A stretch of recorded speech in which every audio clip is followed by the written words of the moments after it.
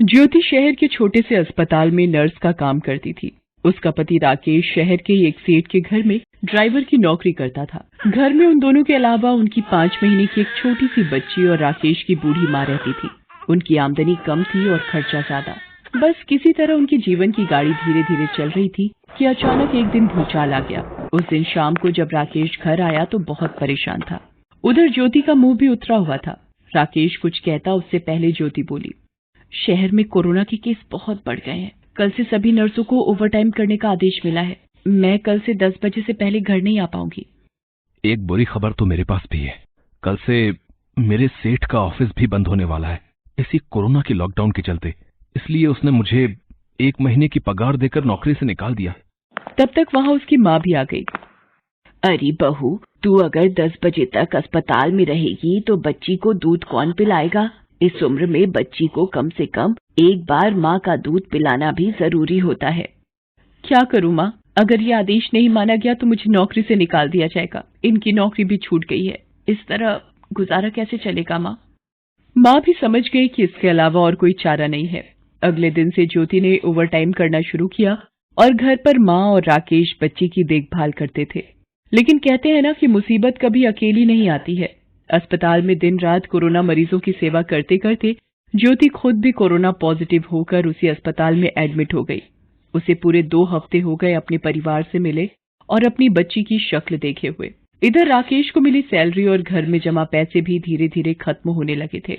उसके पैसे खत्म होने का एक बड़ा कारण ये था कि इस लॉकडाउन में कुछ लालची लोग दूसरों की मजबूरी का फायदा उठाकर खाने पीने की चीजों जैसे दूध, फल, अनाज की कालाबाजारी कर रहे थे।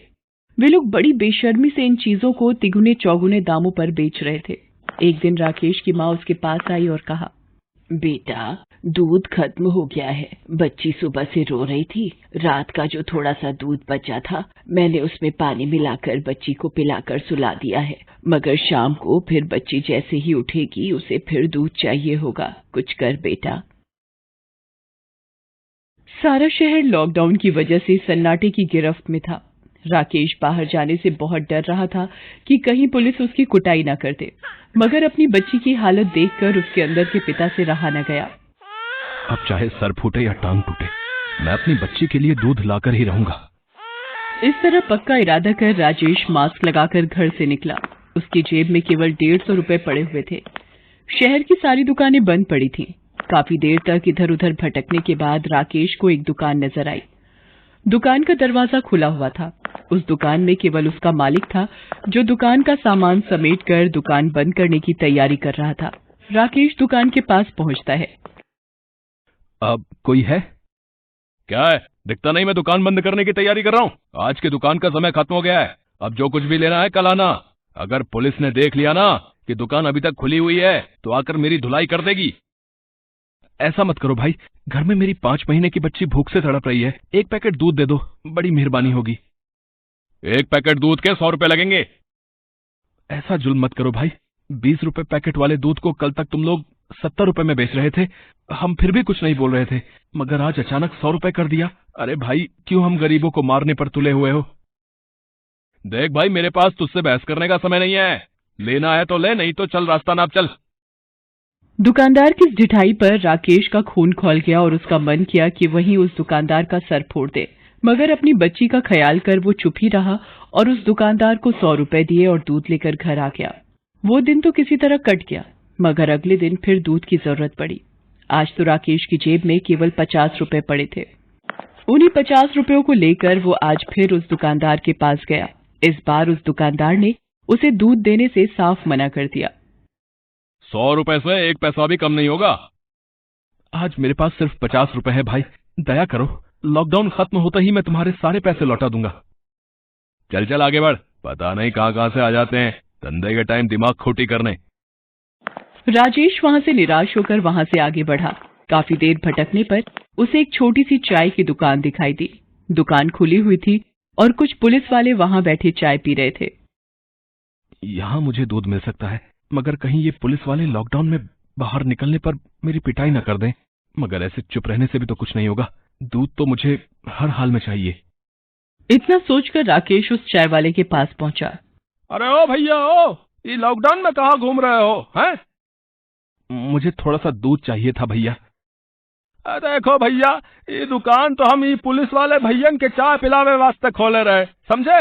बेचारों को पूरी रात ड्यूटी करनी पड़ती है, चाय की जरूरत पड़ती है इन बेचारों को। मगर तुम हमको ये बताओ कि तुम्हारे घर के पास कोनो दुकान नहीं है क्या, है जो तुम यहाँ बाजार तक चले आए दूध लेने के लिए? राकेश अपनी सारी आप बीती उसे बताता है, जिसे सुनकर चाय वाले के साथ साथ वहां बैठे पुलिस वालों की आंखें भी नम हो जाती हैं। देखो भैया, अभी हमारे पास 1 लीटर दूध बचा है, अभी तुम ये दूध ले जाओ और अपना काम चलाओ, ठीक है? और हमारा नंबर लिख लो, अब से दूध की जब भी जरूरत पड़े हमको फोन कर देना भैया, हम तुम्हारे घर में दूध पहुंचा दिया करेंगे, समझे? भैया मेरे पास ये 50 रुपए ही बाकी है, अभी ये रख लो और बाकी के पैसे मैं तुम्हें बाद में दे दूंगा, ठीक है? अरे राम राम भैया, ये कैसी बात करते हो भाई तुम, है? अरे पाप चढ़ाओगे भैया, तुम पाप चढ़ाओगे हमका। अरे हम भी एक बाप है भाई, अरे हम तुम्हारी पीड़ा समझते हैं भैया, जब पैसे हो तो दे देना, नहीं हो तो मत देना भैया, कोई ऐसी बात नहीं है, समझे? फिलहाल तुम ये दूध लेकर घर में जाओ और अपने बच्चे को दूध पिलाओ भैया, जाओ।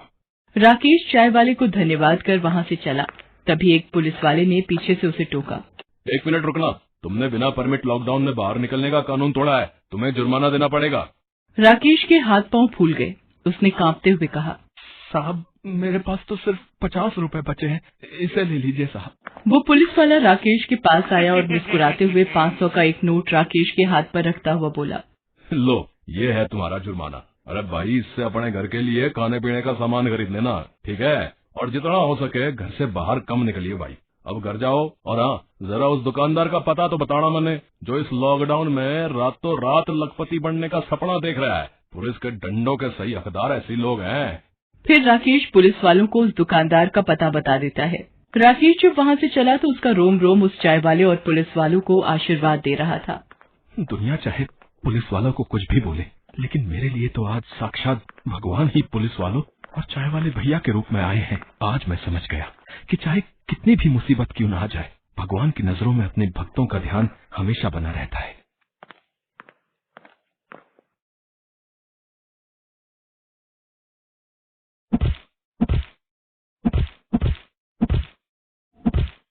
Best buddies.